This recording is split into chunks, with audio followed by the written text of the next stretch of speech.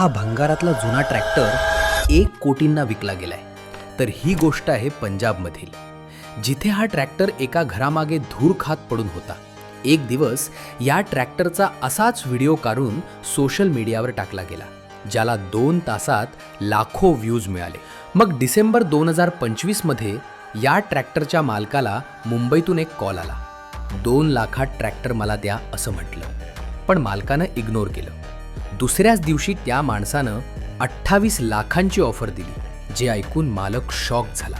मग माहिती काढल्यावर समजलं की हा ट्रॅक्टर साधासुद्धा नाही, तर 1921 मधला German lands bulldog HL12 tractor आहे, जो तेव्हा कोणत्याही इंधनावर चालायचा.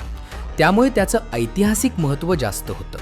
मग व्हिडिओमुळे मालकाला जगभरातून कॉल यायला लागले आणि शेवटी फेब्रुवारी 2026 मध्ये अमेरिकेच्या एका व्यक्तीनं 1.25 कोटी रुपयांना हा ट्रॅक्टर विकत घेतला, जो आता कॅलिफोर्नियाच्या शेती संग्रहालयात दिसणार आहे.